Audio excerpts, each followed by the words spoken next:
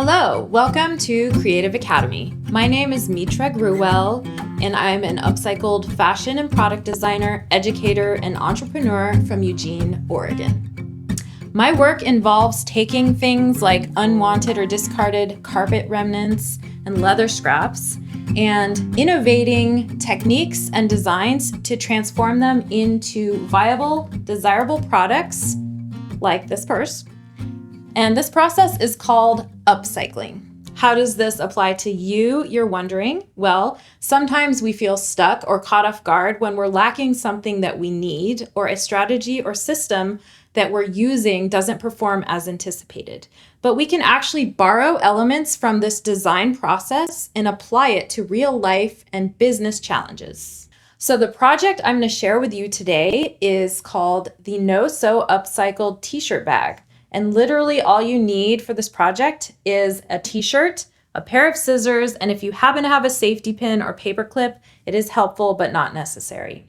I'm going to also use some chalk just to make some of the steps more visible to you, but you don't need that. Okay, so the first step of this project is to check in with your ultimate goal or challenge. So we know we want to make a bag, but what is this bag going to be used for? And you definitely want to ask yourself, in design thinking, this part is called empathy, and it will guide us through all the other steps of this project. So if you want to use a bag, say for your dirty laundry, maybe you forgot to bring a bag, you might want to choose a larger, stretchier t-shirt.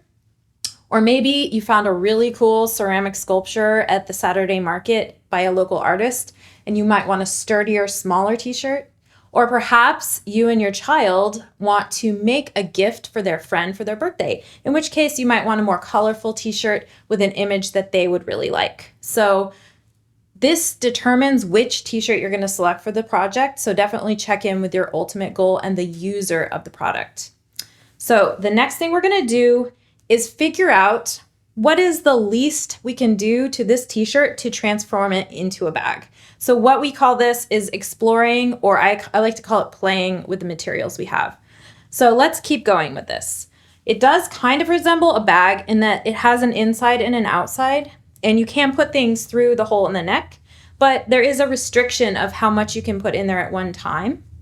And let's check out the sleeves. Now you could put your hand through the sleeves like this to hold it, but the sleeves kind of get in the way.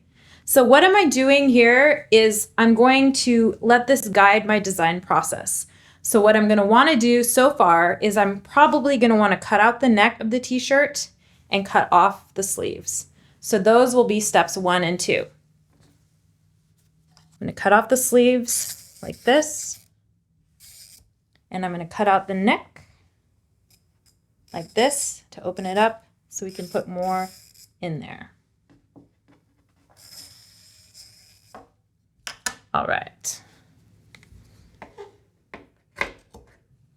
Now, when you're cutting a t-shirt, in order to not make it really choppy, just try to take smooth snips. And also, it's best if you have a pair of good scissors that are pretty sharp.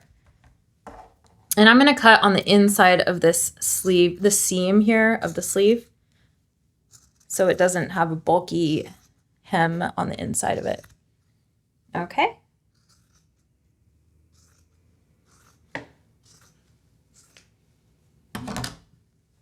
Ta-da! I now have a tank top. That's not what we were looking for, was it? Okay, so we're one step closer to a bag. We now have straps that you can easily carry, and we now have a hole you can put things in, but we still have a hole at the bottom, and this is a problem. So we're going to have to close up the bottom somehow. So you'll have to trust me on this, but I'm going to actually cut off a bottom portion of this t-shirt a few inches up from the hem. About like that.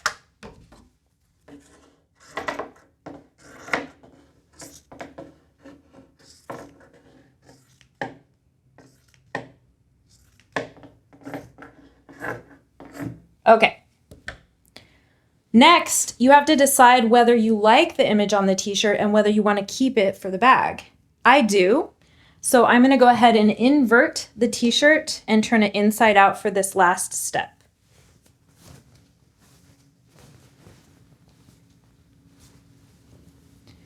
And our final step involves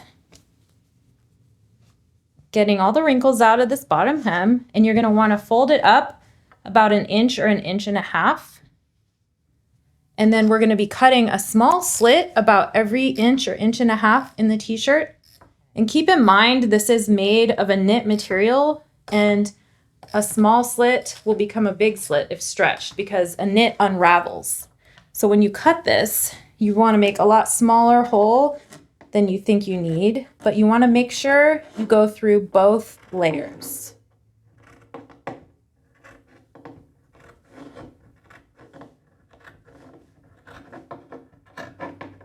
Okay, there we go.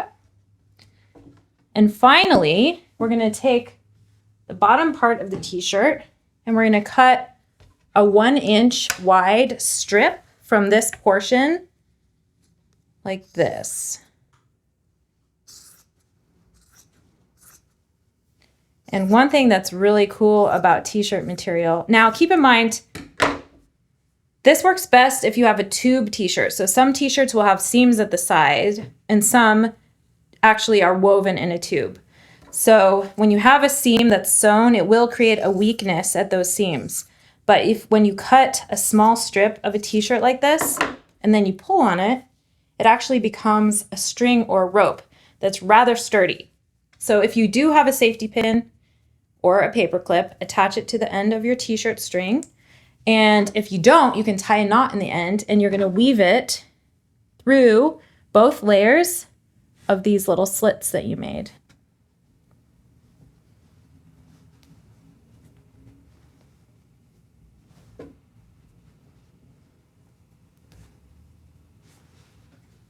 We can pause right now for a second. This seems like a good. So once you've done this, you're just going to scrunch it up like a drawstring and tie it really tight. And then you're going to wrap the excess t-shirt yarn around above the drawstring area several times to make sure the bottom of this bag is very, very secure. Pull it really tight and tie it into multiple knots. So the final step is simply to invert our bag back to the right side. And voila, we have our t-shirt bag. Now, as an upcycle designer, I have one bonus challenge for you. I strive always for zero waste design, which means we have these little bits left over. What can we do with these? So we've got this piece. Maybe we want to use it as an infinity scarf, or maybe we continue to spiral it around and make a longer portion of t-shirt yarn that we can use for a leash or a bracelet or necklace or something like that. Another thing we could do is use some of the sleeves and apply the same techniques that we applied to the larger bag and make a smaller bag. And this we could use for if we're walking on the beach and we want a little bag to put shells or rocks in, or maybe you just want to take a stroll around the neighborhood and want a little bag to put your cell phone in or your drink without carrying a large bag with you. But I do challenge you to come up with your own ideas or even innovate your own processes to make these last bits into something that you can use. And this is really the process of upcycling that we always strive for. As promised, I'll review these steps as how they apply to other world challenges or strategies. The first step is to check in with your ultimate goal and the purpose of the use, so the user needs.